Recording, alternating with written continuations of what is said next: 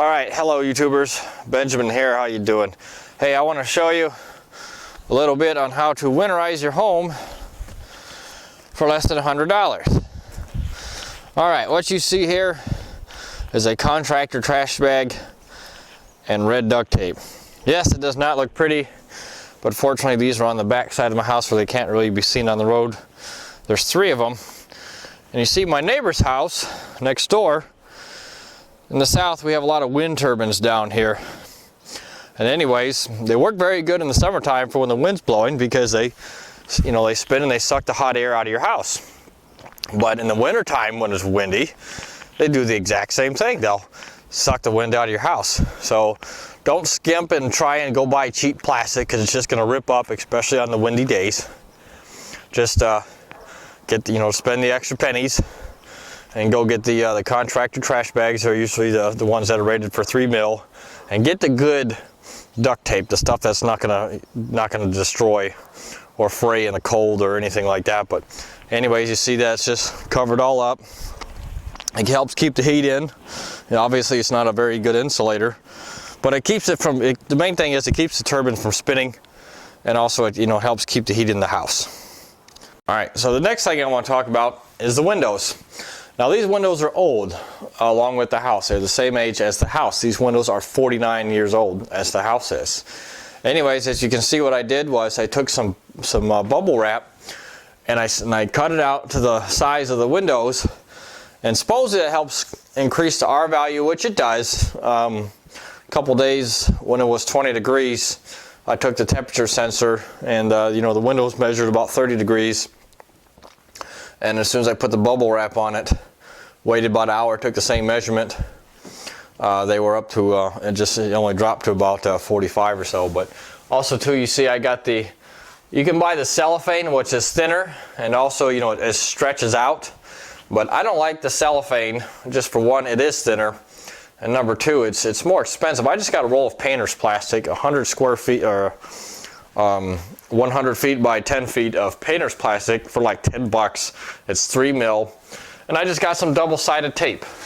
And then I just cut it in half. I just got the 3/4 inch or however thick it was, double-sided tape for 10 bucks. Depending on the number of windows in the house you need to do, you probably should buy 2 rolls because it's got other uses anyway. But I just got double-sided tape. And this keeps the drafts out. And like I said, when it's cold out, without all this on here, without the plastic on here, the walls just get utterly and bitterly cold. It's horrible. It's disgusting. And it's just cold. And the floor, as you see, I got all wood floors. There's no insulation under my floor. It's just these floorboards and then the subfloors, and that's it. Another thing I did was, and some people may not like it, but it is what it is. I did what I had to do. Is you see along the floor here, where the wood floor is, because this house used to have carpet. Anyways, that was ripped out by the previous owners. But what I did was I took a mixture of sand and fireplace ash and a little bit of water to mix it together, and I stuffed it in there, and that stopped all the cold air from coming up between the walls. Now, if you got big gaps like you see here, where I didn't find it necessary to put it in there, probably because I just didn't want to do it, but is put the foam in there, and all that is, that's nothing special. You can get the backer, they call them backer rods for when you caulk, different sizes, but it's $3 for a 3/8 inch wide by, or 3/8 inch diameter by 20-foot long piece. But I just went into the plumbing section and bought and got the foam stuff for the 1-inch pipe, and it was $1.25 for a 6-foot long piece of the foam stuff, and I just cut it in sections with the Xacto-knife, and that gave me a lot longer than 20 feet for $1.25. But you see there, different sections. And the reason why I mix sand and fireplace ash and water is a couple reasons. First one is that when fireplace ash dries with water in it, it hardens. It doesn't harden like a brick or anything like that, but it just hardens. The other thing too, and the sand was kind of a filler, but also fireplace ash to bugs is glassy, and they don't like crawling through it. So you don't have to worry about any burrowing bugs. But if this wasn't here, you could see the spaces in between the subfloors, and all kinds of cold air was just billowing up.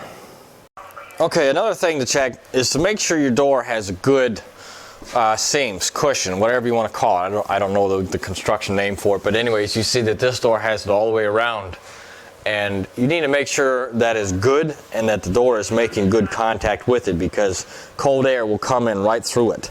Now with this door, it was installed crooked, so I need to get it redone, but you can see that it doesn't close all the way, and cold air still comes in up top, because you see where the space difference. But anyways, at the bottom where the door is actually closed properly, there's no light that comes in and no cold air. So anyway, I hope you find these tips helpful. I hope you find these tips helpful, and save yourself some money on heat by just spend. It took me about a day to do it. Yeah, about a day. And just turn on some music and put on a fresh pot of coffee or whatever, and just have fun doing it. Like I said, it's, it doesn't need to be perfect, it doesn't need to be exact, but it needs to be done if your house is older like mine. Anyways, thanks for watching.